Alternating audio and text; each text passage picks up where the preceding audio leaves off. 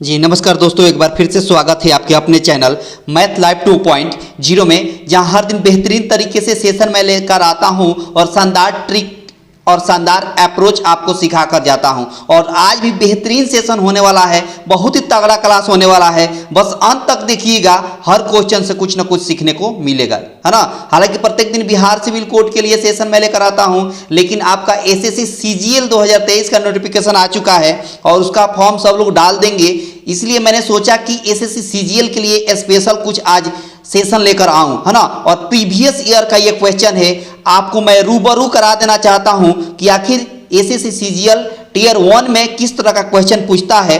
बिल्कुल 25 क्वेश्चन आपको 20 मिनट में चटकाना है, बिल्कुल एक झटके में। हर क्वेश्चन को बिल्कुल कम से कम टाइम लेकर हर क्वेश्चन को चटकाना है। और आप सीखेंगे भी कि आखिर क्वेश्चन जो आता है या प्रीवियस में जिस तरह क्वेश्चन आया हुआ है उसको कौन सा टेक्निक से और कौन सा अप्रोच से चटकाया जाए कि 25 क्वेश्चन को मात्र 20 मिनट में चटकाया जा सके, है ना।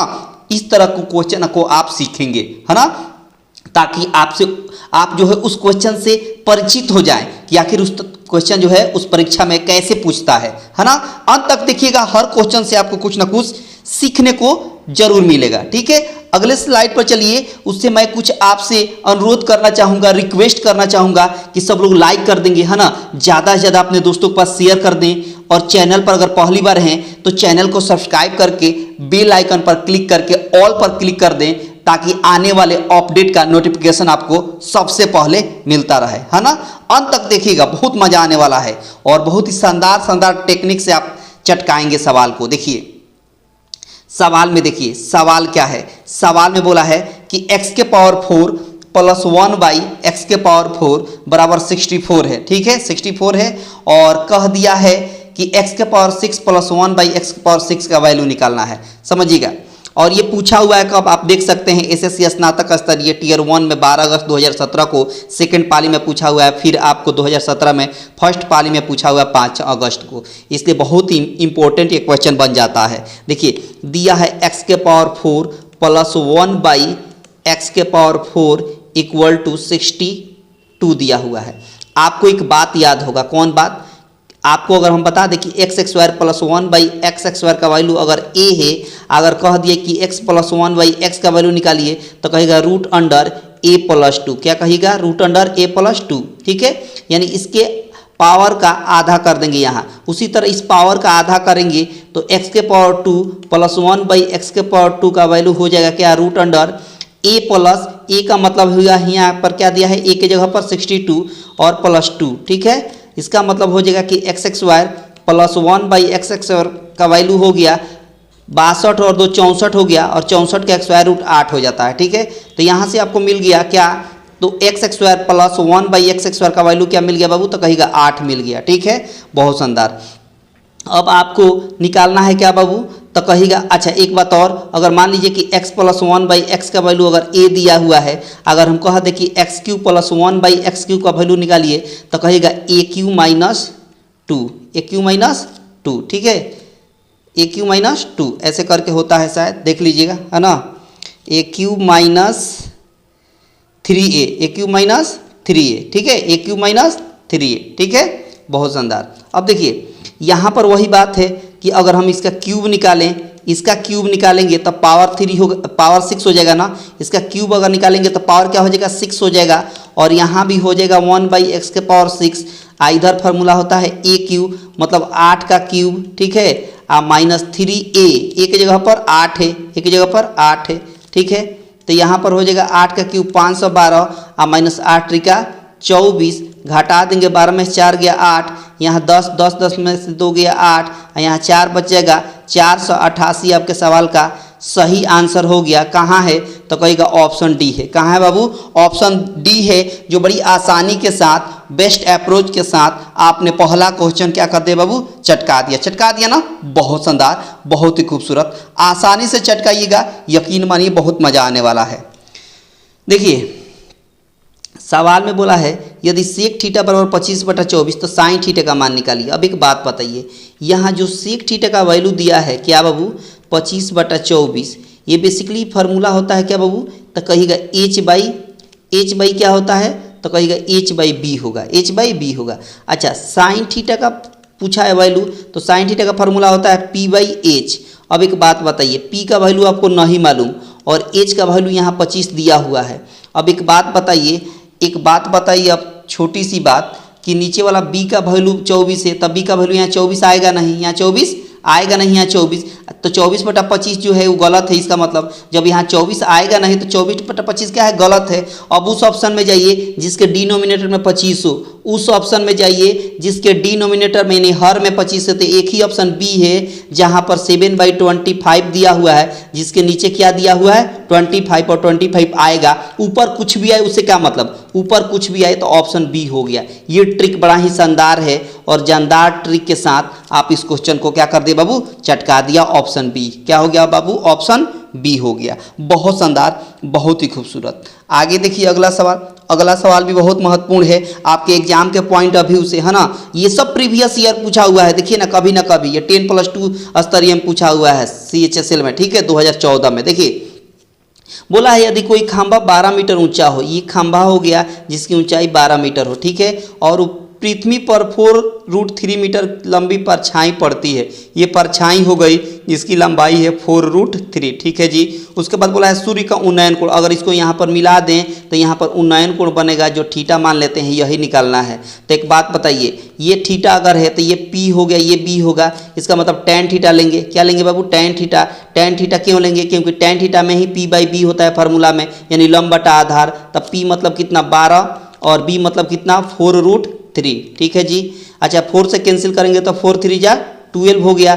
3/√3 का मतलब होता है √3, 3/√3 का मतलब क्या होता है √3। अब बताइए tan में कितना डिग्री का मान √3 होता है, तो कहेगा tan में 60 डिग्री का मान √3 होता है। तो कितना आ गया उन्नयन कोण, तो कहेगा 60 डिग्री। कहाँ है, तो कहेगा ऑप्शन बी है। कहाँ है बाबू, ऑप्शन बी है, जो आसानी से बड़ी एक झटके में आपने क्या कर दिया बाबू, चटका दिया। इस क्वेश्चन को चटका दिया ना, बहुत शानदार, बहुत ही खूबसूरत। आगे देखिए, उससे पहले मैं कुछ आपको याद दिला दूं कि अगर ये सेशन पसंद आ रहा है तो सब लोग लाइक कर दें, है ना, सब लोग लाइक कर दें, ज़्यादा से ज़्यादा अपने दोस्तों के पास शेयर कर दें। और चैनल पर अगर पहली बार हैं तो चैनल को सब्सक्राइब करके रखें, ताकि आने वाले अपडेट का नोटिफिकेशन और ट्रिक का नोटिफिकेशन आपको सबसे पहले मिलता रहेगा, ठीक ना। बहुत शानदार, बहुत ही खूबसूरत, आसानी से चटकाते हुए चलिए, आपको थोड़ा सा भी दिक्कत होने वाली नहीं है। देखिए यहाँ क्या है कि 2 त्रिभुज दिया हुआ है, 2 त्रिभुज है, एक त्रिभुज है XYZ और दूसरा त्रिभुज है बाबू, दूसरा त्रिभुज यहाँ पर दिया है PQR। अब एक बात बताइए, यहाँ पर एक दिया है XY और दूसरा दिया है PQ, ठीक है। अब एक बात बताइए, यहाँ एरिया जो होता है, area of triangle XYZ divide area of triangle PQR equal to होता है क्या, तो कहेगा XY का दी होल XY, यानी ये वाला अगर साइड का XY करिएगा तो यहाँ नीचे इसका XY हो जाएगा।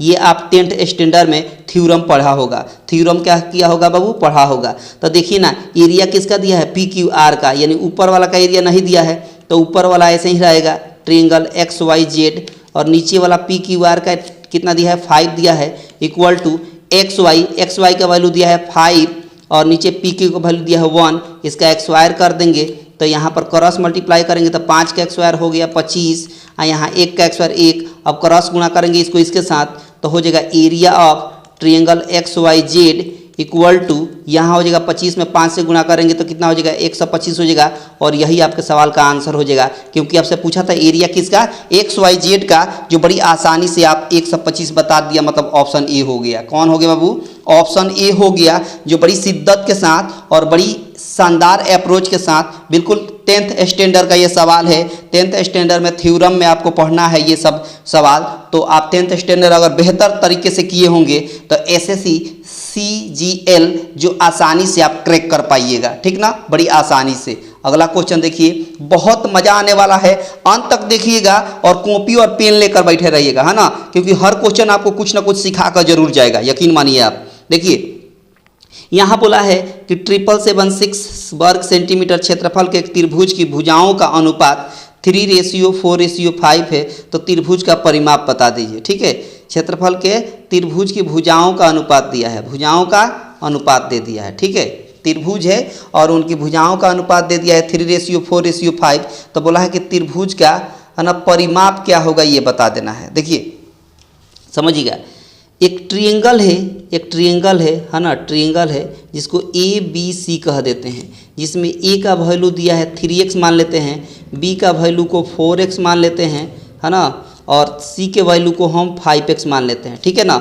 अब एक बात बताइए, ट्रिपलेट आपको याद होगा, ट्रिपलेट हमने क्यों कहा, क्योंकि इसका एक्स वायर और इसका एक्स वायर 3a का एक्स वायर आप 4x का एक्स वायर करिएगा और दोनों का योग निकालिएगा तो ये तीसरे वाले के एक्स वायर के बराबर हो जाएगा। कुल मतलब मिलाकर बात कहने वाली बात ये है कि 3x का एक्स वायर प्लस 4x का एक्स वायर बराबर हो जाएगा 5x के एक्स वायर के। क्यों? क्योंकि 3 का एक्स वायर 9 और 4 का एक्स वायर 16, 16 और 9 25 हो गया, इधर 5 का एक्स वायर 25, दोनों बराबर हुआ ना, बिल्कुल हो गया, इसलिए ट्रिपलेट हो गया। अब ट्रिपलेट हो गया तो यहाँ पर एक समकोण त्रिभुज हो जाएगा, पाइथागोरस थ्योरम इसमें लागू होगा। बड़े वाले को हम 5 कह देते हैं और छोटे वाले को 3, एक को 1 4 कह देते हैं। तो यहाँ पर अब इसका एरिया निकालना है, इसका एरिया निकालना है। तो ये 3x है, ये 4x है, ये 5x है।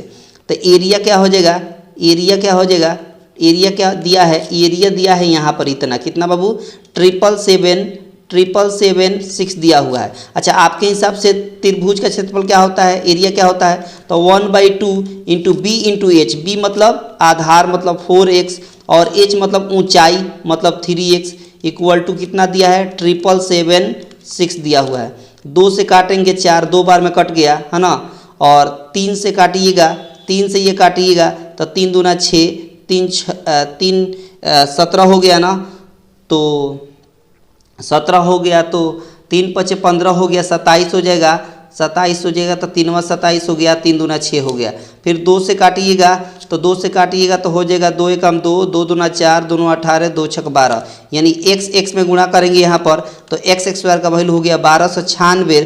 तो जब x का वैल्यू निकालेंगे तो एक्स वायर रूट अंदर में चला जाएगा तो 1296 का वर्गमूल हो जाएगा 36। कितना हो जाएगा बाबू, एक्स वायर रूट 36 हो गया। अब आपसे पूछा था कि क्या निकाल दीजिए बाबू, तो कहा है कि ये परिमीटर निकाल दीजिए, परिमाप। तो परिमाप क्या होता है ट्रायंगल का, तो कहेगा a + b + c, तीनों को जोड़ दीजिए, मतलब 3x 4x 5x जोड़िएगा तो 5 4 9 9 3 9 3 12x हो गया। तो यहाँ पर 12 लिख देंगे और x का वैल्यू 36 दिया है तो 36 लिख देंगे। अब 12 से गुणा करेंगे, 12 × 6 = 72 हो गया, 7 कैरी, 12 × 3 = 36, 36 और 7 कितना हो गया 43, कितना हो जाएगा 43, यानी 432 आपके सवाल का आंसर हो गया, जो ऑप्शन बी में दिख रहा है। कहाँ दिख रहा है बाबू, ऑप्शन बी में दिख रहा है, जो बड़ी आसानी के साथ और बड़ी शिद्दत के साथ आपने क्या कर दिया बाबू, चटका दिया, चटका दिया ना, बहुत शानदार, बहुत ही खूबसूरत, ठीक है, बहुत शानदार।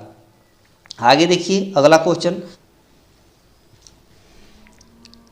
देखिए अगला सवाल है, बोला है कि 2 धनात्मक पूर्णांकों का गुणनफल 2048 है और उनमें से एक संख्या दूसरी संख्या से दोगुनी है, तो बताइए कि उनमें से छोटी संख्या कौन सी है। 2 संख्या है, एक को x मान लेते हैं और दूसरे को कह रहा है कि उनमें से एक संख्या दूसरी संख्या से दोगुनी है, दूसरे को दोगुनी मान लेते हैं 2x। इन दोनों का गुणनफल जो दिया है वो 2048 दिया हुआ है, ठीक है। एक को हमने x माना, दूसरे को 2x माना। क्यों माना, क्योंकि बोला है कि दूसरी संख्या उससे क्या है, दोगुनी है, उसका गुणनफल मतलब गुणा करके दिया हुआ है 2048। अब देखिए 2 से काटिए, ये 2 से कटेगा, 1 0 2 4 में कट गया, x में गुणा करेंगे तो x वायर और x वायर का वैल्यू हो गया 1024, ठीक है। तो जब x का वैल्यू निकालेंगे तो रूट अंडर क्या हो जाएगा 1024 हो जाएगा ना, और 1024 का वर्गमूल कितना हो गया 32 हो गया। कितना हो गया बाबू 32 हो गया, x का वैल्यू कितना हो गया 32 हो गया। तो x छोटी संख्या क्या हो गया 32 हो गया, बड़ी संख्या 32 दूना कितना हो जाएगा 64 हो जाएगा। तो सवाल में बोला है कि छोटी संख्या बताइए, तो छोटी संख्या कितना हो जाएगा 32, यानी ऑप्शन ए हो जाएगा। कौन हो जाएगा बाबू, ऑप्शन ए हो जाएगा, जो बड़ी शिद्दत के साथ और बड़ी शानदार टेक्निक के साथ आपने इस क्वेश्चन को क्या कर दिया बाबू, चटका दिया, चटका दिया ना। बहुत मज़ा आया होगा ये क्वेश्चन और ये ट्रिक देखकर, है ना, बहुत शानदार। कॉपी और पेन लेकर बैठे रहिएगा और हर क्वेश्चन को चटकाइएगा बिल्कुल एक झटके में, है ना। देखिए बोला है यदि m तथा n ऐसी पूर्ण संख्याएं हैं कि m के पावर n बराबर, बोला है m के पावर n बराबर कितना दिया है, तो कहेगा 121 दिया है। इसका मतलब 121 को हम 11 का पावर 2 लिख सकते हैं ना, बिल्कुल लिख सकते हैं। अब देखिए n बराबर यहाँ क्या हो गया तो कहेगा 2 हो गया, पावर पावर के बराबर होगा और बेस बेस के बराबर होगा, यानी n बराबर 2 हो गया और m बराबर यहाँ नीचे बेस बेस के बराबर होगा तो 11 हो जाएगा। ठीक है, बहुत शानदार।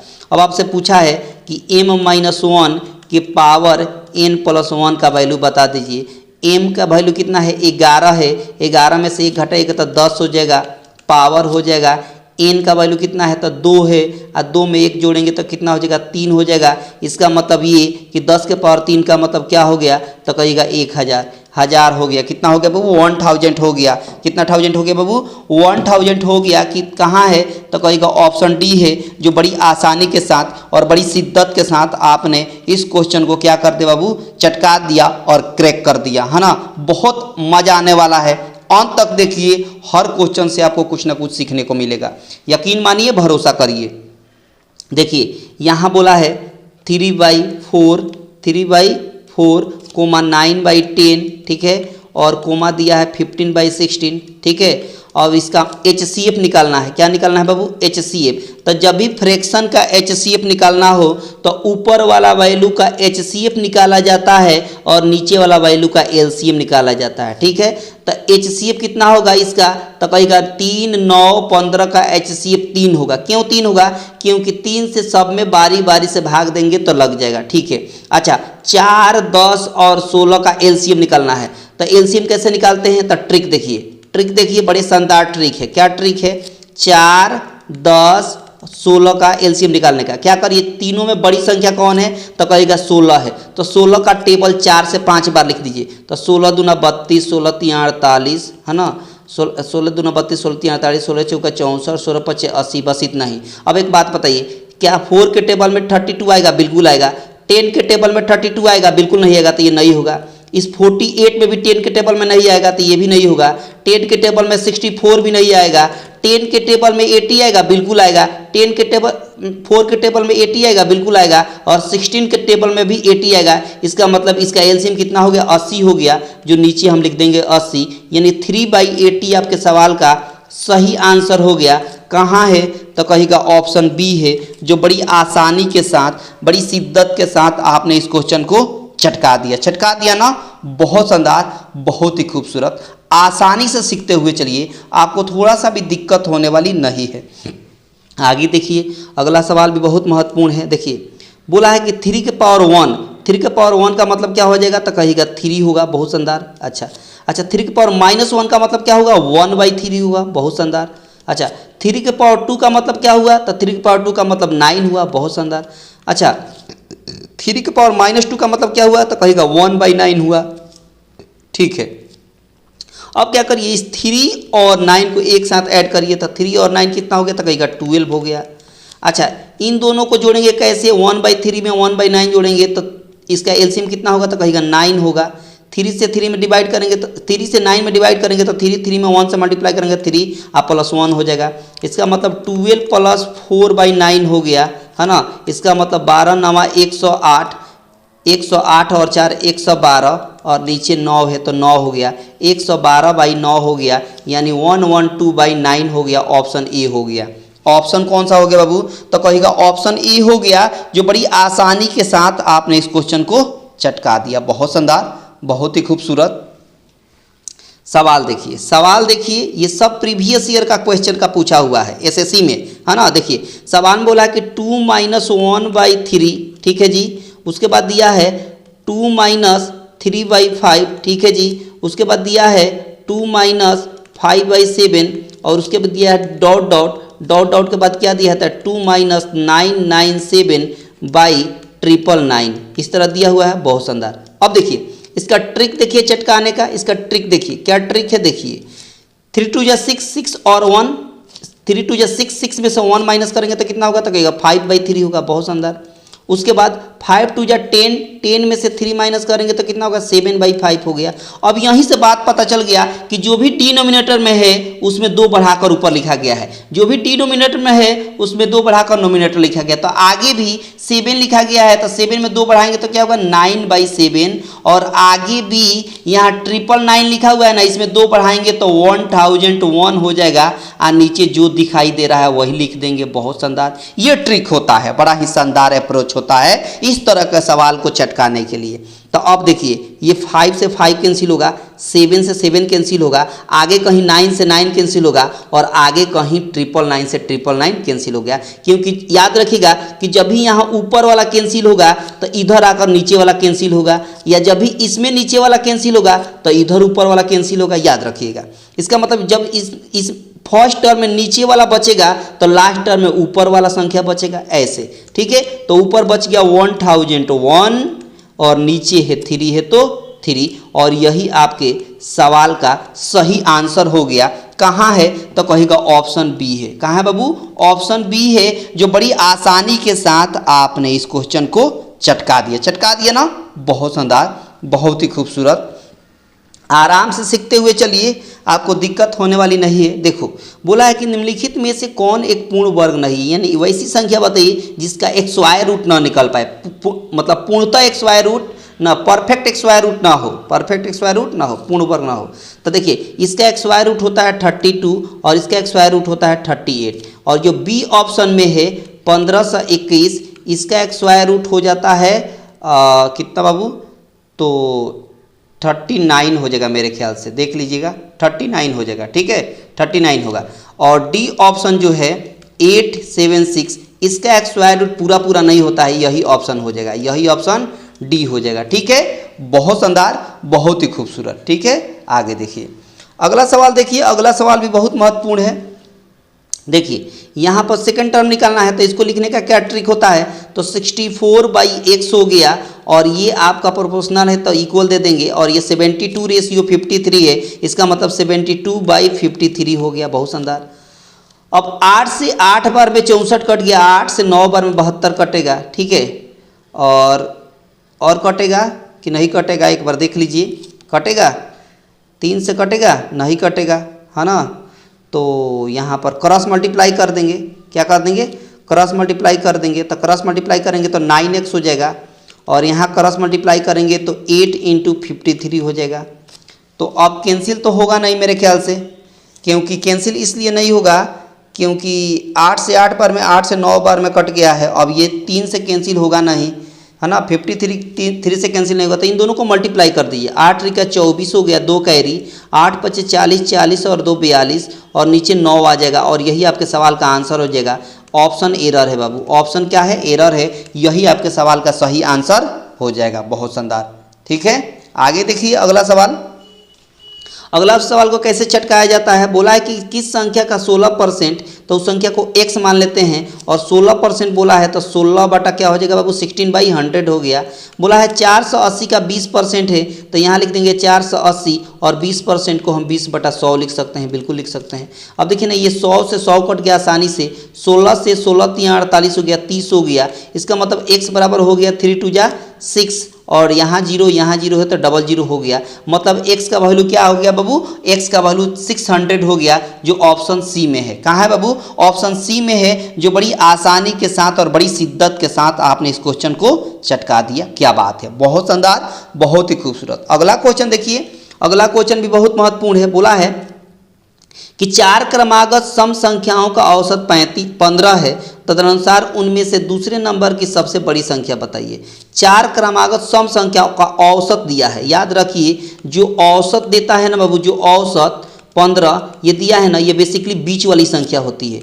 ये जो भी औसत दिया रहता है ना बाबू, वो बीच वाली संख्या होती है। और 4 क्रमागत सम संख्या बोला है, इसका मतलब इसके पहले 2 संख्या और रहेगी और इसके बाद 2 संख्या और रहेगी। क्यों? क्योंकि ये बीच वाली संख्या है। औसत एवरेज क्या होती है? बीच वाली संख्या होती है, ठीक है।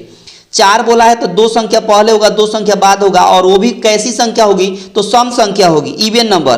तो 15 से पहले इवन नंबर यानी सम संख्या क्या होती है? 14 होती है, और 14 के पहले इवन नंबर यानी सम संख्या क्या होती है? 12 होती है।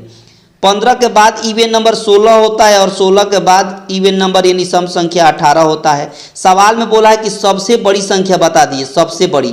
तो 1 2 3 चारों में सबसे बड़ी संख्या कौन है? तो कहेगा 18 है, यानी ऑप्शन बी हो गया। कौन हो गया बाबू? ऑप्शन बी हो गया, जो बड़ी आसानी के साथ और बड़ी शिद्दत के साथ आपने इस क्वेश्चन को चटका दिया ना।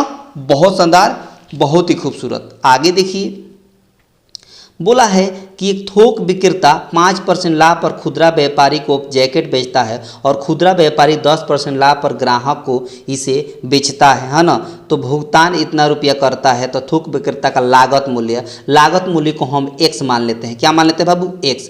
और 5% लाभ पर बिकेगा, मतलब 105% का वैल्यू निकालना है। तो 105% को हम 105/100 लिख सकते हैं। ठीक है, फिर क्या होता है, खुदरा व्यापारी इसको 10% के लाभ पर बेचता है, इसका मतलब 110% का वैल्यू निकालना पड़ेगा। तो 110 को कैसे लिखेंगे? परसेंट को 110/100 लिखेंगे। तब इसको कितना भुगतान करना पड़ रहा है? तो कहेगा 4158 रुपया भुगतान करना पड़ रहा है। बहुत शानदार। आगे देखिए, 1 0 से 1 0 कट गया। ठीक है, और आगे कटेगा, देख लीजिए कटेगा, ये 11 से कट जाएगा, 11 से ये कट जाएगा, काटिए। 11 × 33 हो गया, 33 हो गया, और 7, 33 और 7 41, 75 हो गया। 75 का मतलब हो गया 11 × 6 = 66। 11 × 33 हो गया ना, 11 × 33 हो गया, 33 34 35 36 37 38 39 40 41, यानी 85 बचेगा। क्या बचेगा? 85। तो 11 × 7 = 77 हो गया, और 11 × 8 = 88 हो गया। ठीक है, बहुत सुंदर। 11 से कट गया ना। अच्छा, अब x का वैल्यू निकालिएगा, तो 100 और 10 इसके साथ क्रॉस मल्टीप्लाई कर देते हैं। 3 7 8 और इंटू 100 और इंटू 10, और नीचे हो जाएगा 105। अब 5 से कैंसिल करेंगे तो 21 हो जाएगा, 5 से कैंसिल करेंगे तो 2 हो गया। ठीक है, और 7 से कैंसिल करेंगे तो 7 × 21 हो गया, और 7 से कैंसिल करेंगे 7 × 5 = 35, 7 × 4 = 28। ठीक है, और 3 से कैंसिल करेंगे 54, तो 18 हो गया, और 18 दूना हो गया कितना बाबू? 36 हो गया। और यहाँ 00 पहले से है तो 00 रहेगा, यानी उसकी लागत मूल्य कितना हो गई? तो कहेगा 3600 होगा। उसका लागत मूल्य 3600 होगा, यानी ऑप्शन डी हो गया। कौन हो गया बाबू? ऑप्शन डी हो गया, जो बड़ी आसानी के साथ आपने इस क्वेश्चन को चटका दिया। क्या बात है, बहुत शानदार, बहुत ही खूबसूरत। देखिए अगला क्वेश्चन देखेंगे, यहाँ पर दिया हुआ है, यदि a + b ratio a - b का वैल्यू दिया है। देखिए a + b का वैल्यू दे दिया है, मान लीजिए 5, तो 5 हमने लिख दिया। फिर a - b का वैल्यू दे दिया है 3, तो हमने 3 लिख दिया। अब यहाँ से a और b का वैल्यू निकालेंगे। a का वैल्यू निकालने का क्या ट्रिक है? बड़ा शानदार ट्रिक है। a का वैल्यू निकालने का क्या ट्रिक है? बड़ा शानदार ट्रिक है। दोनों को जोड़कर आधा कर दीजिए, 5 3 8, 8 का आधा 4। ठीक है, और b का वैल्यू कैसे निकालेंगे? घटा कर आधा करेंगे, तो 5 में से 3 गया 2, और 2 का आधा 1, यानी a का वैल्यू 4, b का वैल्यू 1। अब आपको वैल्यू निकालना है a² + bx²। ठीक है जी, और यहाँ पर वैल्यू निकालना है a² - bx²। ठीक है, अब एक बात बताइए, a का x² मतलब 4 का x² 16, और प्लस b मतलब 1 का x² 1। बहुत शानदार। यहाँ भी a मतलब 4 का x² 16, और b मतलब 1 का x² 1, यानी 16 एक मिलकर 17 हो गया, और 16 में से 1 गया तो 15 हो गया, यानी यहाँ पर हो गया कितना? 17:15, यानी ऑप्शन ए हो गया। ऑप्शन कौन हो गया बाबू? ऑप्शन ई हो गया, जो बड़ी आसानी के साथ और बड़ी शिद्दत के साथ आपने इस क्वेश्चन को चटका दिया। बहुत शानदार, बहुत ही खूबसूरत। आगे देखिए अगला सवाल। देखिए अगला सवाल में बोला है कि किसी मर्तबान में 2 द्रव ए तथा बी का 4:1 के अनुपात में मिश्रण है। 10 लीटर मिश्रण निकालकर उसके बदले 10 लीटर ड्रॉप है ना बी डालने पर वर्तमान के मिश्रण में यह अनुपात इतना हो जाता है। देखिए ए है और बी है, बहुत आराम से समझिएगा, है ना। उनका रेशियो कितना है? तो कहेगा 4:1 दिया हुआ है। ठीक है, अब बोला है कि इस मिश्रण में से 10 लीटर निकाल लिया जाता है। अब एक बात बताइए, जब इस मिश्रण में से एक डब्बा है, इस डब्बा में से अगर 10 लीटर निकाल लीजिएगा, तो एक बात बताइए, इसके रेशियो में कोई फर्क पड़ेगा क्या? बिल्कुल नहीं पड़ेगा। मान लीजिए बड़ा सा एक ड्रम है, इसमें 4:1 के रेशियो में मान लीजिए कि घोल बनाया गया है चीनी और पानी का। अब एक बात बताइए, इसमें से 10 लीटर अगर बाहर निकाल लेते हैं तो क्या ये कम मीठा लगेगा? नहीं, बिल्कुल उतना ही मीठा लगेगा। जितना पहले मीठा लगेगा वो उतना ही अभी भी स्वीट ये लगेगा। ठीक है, तो इसीलिए इसके रेशियो में कोई फर्क नहीं पड़ेगा। उसके बाद बोला है कि 10 लीटर ड्रॉप बी में डालने पर यह अनुपात 2:3 हो जाता है। बी में मिलाने पर, बी में मिलाया जा रहा है, कितने में मिलाया जा रहा है? बी में मिलाया जा रहा है, इसका मतलब ए में कोई फर्क पड़ेगा क्या? कोई चीज अगर बी में मिलाया जाए तो ए में कोई फर्क पड़ेगा क्या? बिल्कुल नहीं पड़ेगा। इसका मतलब ए जितना पहले है उतना अभी भी रहना चाहिए। तो यहाँ 4 है, यहाँ 2 है, तो इसको बैलेंस करना पड़ेगा। तो 4 है, यहाँ 2 है, तो 2 को 4 बनाने के लिए नीचे वाला रेशियो में 2 से गुणा करना पड़ेगा। तो 2 दूना 4 हो गया और 3 2 6 हो गया। अब देखिए ना, पहले भी 4 था, अभी भी 4 है, लेकिन बी वाला में पहले 1 था, अब 6 हो गया है। तो कितना मिलाया गया है? तो कहेगा 5 यूनिट मिलाया गया है। आपके हिसाब से 5 यूनिट मिलाया गया है, सवाल के हिसाब से 10 लीटर मिलाया गया है। तो 5 यूनिट का वैल्यू 10 हो गया, तो 1 यूनिट का वैल्यू कितना हो जाएगा? 2 हो जाएगा। 1 यूनिट का वैल्यू कितना हो जाएगा? 2 हो जाएगा। अब एक बात बताइए, जब 1 यूनिट का वैल्यू 2 हो गया तो टोटल यहाँ मिश्रण कितना है? 4:1 है। तो 4 और 1 मिलकर कितना हो गया? 5 यूनिट हो गया। तो जब 1 यूनिट का वैल्यू कितना है? 2 है, तो 5 यूनिट का वैल्यू कितना हो जाएगा? 10 हो जाएगा। 5 यूनिट का वैल्यू कितना हो जाएगा? 10 हो जाएगा। कितना हो जाएगा? 10 हो जाएगा। अब बोला है सवाल में बोला है आपसे कि द्रव में वर्तमान द्रव ए की मात्रा कितनी थी? ए की मात्रा, ई का मतलब 4 यूनिट का वैल्यू निकालना है। कितना यूनिट का वैल्यू निकालना है? 4 यूनिट का वैल्यू निकालना है। अब एक बात बताइए, 4 यूनिट का वैल्यू निकालना है तो 1 यूनिट का वैल्यू यहाँ पर 2 दिया था, पूरा नहीं निकालना था। ये पूरा 10 लीटर आ गया, पूरा नहीं निकालना था, हमको ए का निकालना था। 1 यूनिट का वैल्यू 2 है, तो 4 यूनिट का वैल्यू कितना हो जाएगा? 4 दूना 8 हो जाएगा। और क्या, कितना हो जाएगा? 8 हो जाएगा। 8 हो जाएगा ना। अच्छा एक बात बताइए आप कि अगर हम 5 यूनिट का वैल्यू 10 निकाले हैं, 5 यूनिट का वैल्यू 10 निकाले हैं, तो अब अपने दिमाग से सोचिए कि अगर 10 निकाले हैं तो ये 10 हो गया, लेकिन इसमें से हम 10 लीटर पहले निकाल चुके थे, तो 10 लीटर फिर वापस लाना पड़ेगा। तब 20 लीटर हो गया ना। कितना हो गया? टोटल 20 लीटर हो गया। अब 20 लीटर में आपको ए का वैल्यू निकालना है, तो 4 1 5 यूनिट का वैल्यू 20 है, तो 1 यूनिट का वैल्यू कितना हो जाएगा? 4 हो जाएगा। जब 1 यूनिट का वैल्यू 4 हो गया तो आपको ए का वैल्यू निकालना है, यानी 4 यूनिट का वैल्यू निकालना है। तो 1 यूनिट का वैल्यू 4, तो 4 यूनिट का वैल्यू कितना हो जाएगा? 16 हो जाएगा। कितना हो जाएगा? 16 हो जाएगा। ये 8 नहीं होगा। 8 तब होता जब इसमें से हम कुछ नहीं निकाले होते, जबकि यहाँ 10 लीटर हमने निकाल लिया था ना। तो 16 लीटर आपका सवाल का सही आंसर हो जाएगा, यानी ऑप्शन सी हो जाएगा। कौन हो जाएगा बाबू? ऑप्शन सी हो जाएगा, जो बड़ी आसानी से आपने इस क्वेश्चन को चटका दिया ना। बहुत शानदार, बहुत ही खूबसूरत। आगे देखिए सवाल में बोला है कि वह धनराशि कितनी है जो 5% वार्षिक 365 दिन का साधारण ब्याज की दर देने पर, है ना, 2 रुपये प्रति वर्ष लगता है। ठीक है, देखिए एक दिन में कितना रुपया ब्याज लग रहा है? तो कहेगा 2 रुपया लग रहा है। तो 365 दिन में, यानी 1 साल में कितना ब्याज लगेगा? तो कहेगा कि 5 दूना 10, 6 दूना 12, 1 13, 3 दूना 7, है ना। यहाँ पर 3 दूना 6 7 हो गया ना, 737 रुपये ब्याज लगेगा। तो एसआई बराबर आपको मालूम है PRT/100, तो 100 इधर जाकर मल्टीप्लाई हो जाएगा। तो एसआई का वैल्यू कितना आया है? तो कहिएगा 730 आया है, इंटू 100 हो गया। यहाँ हो गया पी का वैल्यू निकालना है, रेट दे दिया है 5% और टाइम 1 साल है। टाइम कितना है? 1 साल है। अब 5 से कैंसिल करिए, यहाँ 5 कम 5 हो गया, 23 हो गया, 5 जो का 20 हो गया, 5 36 1400, यहाँ पर 146 हो गया, और 00 से मल्टीप्लाई करेंगे तो 00 हो जाएगा। यहाँ पी है तो पी हो गया। प्रिंसिपल कितना हो गया? तो कहिएगा 14,600 हो गया। 14,600 का मतलब ऑप्शन सी हो गया। कौन सा हो गया बाबू? ऑप्शन सी हो गया, जो बड़ी आसानी के साथ और बड़ी शिद्दत के साथ आपने क्या कर दिया बाबू? चटका दिया। अगला सवाल देखिए। अगला सवाल बोला है कि देखिए एक आदमी प्रत्येक वर्ष के अंत में 2000 रुपये बचाता है और उसे 5% चक्रवृद्धि ब्याज पर निवेश कर देता है, तो 3 वर्ष के अंत में उसके पास कितने होंगे?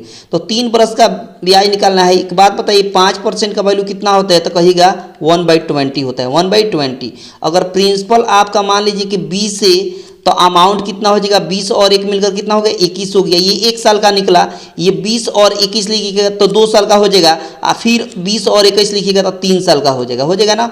20 में 3 बार गुणा करेंगे तो 8000 हो गया, और 21 में गुणा करेंगे 3 बार तो 21 का क्यूब निकालेंगे। और 21 का क्यूब निकालने का क्या ट्रिक है? ये ट्रिक है, 2 का स्क्वायर कर देंगे और 2 का क्यूब 8, इसका डबल करके नीचे जोड़ देंगे। 1 यहाँ 6, यहाँ पर हो गया 12, यहाँ 9, 1292 से 61 हो गया इसका अमाउंट। ठीक है, इतना यूनिट हो गया। अब एक बात बताइए, आप एक बात बताइए, इसी 8000 यूनिट का वैल्यू 2000 दिया हुआ है, इसी 8000 यूनिट का वैल्यू सवाल में कितना दिया है, 2000 रुपया दिया हुआ है। तो डबल 000 कट गया, एक यूनिट का वैल्यू कितना हो गया, 2/8 यानी 1/4 हो गया। एक यूनिट का वैल्यू 1/4 बोला है कि 3 बरस के अंत में उसके पास कितना होगा, एक यूनिट का वैल्यू इतना हुआ, तो इतना का वैल्यू कितना हो जाएगा, इतना यूनिट का वैल्यू। तो इसमें 4 से गुणा कर देंगे, 1/4 से गुणा करेंगे ना 4 से भाग हो जाएगा। तो 4 से भाग होगा तो कितना आएगा, तो कहेगा 4 दूना 8, 4 3 12, ठीक है। फिर 4 कम 4, 4 5 20, 2315 के आसपास होगा, 2315 के आसपास होगा, है ना। 2315 के आसपास होगा, क्योंकि सवाल सही है, उसे 5% ब्याज पर निवेश कर देता है, 3 बरस के अंत में उसके पास इतना होगा, 3 बरस के अंत में लगभग इतना होगा, यही आंसर हो जाएगा, ठीक है। बहुत शानदार, बहुत ही खूबसूरत। आगे देखिए अगला सवाल। अगला सवाल बोला है कि ए तथा बी एक काम को 10 दिन में करते हैं। देखिएगा, ए और बी मिलकर एक काम को 10 दिन में करते हैं, उसी तरह बी और सी मिलकर एक काम को 15 दिन में करते हैं, सी और ए मिलकर उस काम को 20 दिन में करते हैं, तो सी अकेला कितना दिन में करेगा। तो इसका एलसीएम कितना होगा, तो कहेगा 60 होगा। यही टोटल वर्क होता है, यही क्या होता है बाबू, टोटल वर्क होता है। 10 से 60 में भाग देंगे तो 6 होगा, 15 से 60 में भाग देंगे तो 4 होगा, और 20 से 60 में भाग देंगे तो 3 होगा, ठीक है जी, बहुत शानदार। अब आपको निकालना है सी कितना दिन में ये काम कंप्लीट करेगा, टोटल काम कितना है, तो कहेगा 60 काम है, टोटल काम कितना है 60 है, करना किसको है, सी को है, तो सी का यूनिट निकाल लीजिए। तो देखिए ना, पहले जोड़ लीजिए, यहाँ पर 2a मिलकर 2a, ठीक है, यहाँ पर b मिलकर 2b और सी मिलकर 2c का वैल्यू कितना हो जाएगा, 6 4 10 3 13 हो गया, बहुत शानदार। अब 2 कॉमन लेंगे तो यहाँ पर a प्लस बी प्लस सी का वैल्यू हो गया कितना बाबू, 13। ये 2 मल्टीप्लाई में इधर डिवाइड में हो जाएगा। अब आपको c का यूनिट निकालना है, तो a प्लस बी का यूनिट इधर लेकर घटाना पड़ेगा। a प्लस बी का यूनिट कितना है, 10 है, तो 10 इधर घटेगा तभी c का वैल्यू निकलेगा, यानी 13/2 में से 10 घटाइएगा, 13/2 में से क्या घटाइएगा, 10 घटाइएगा ना।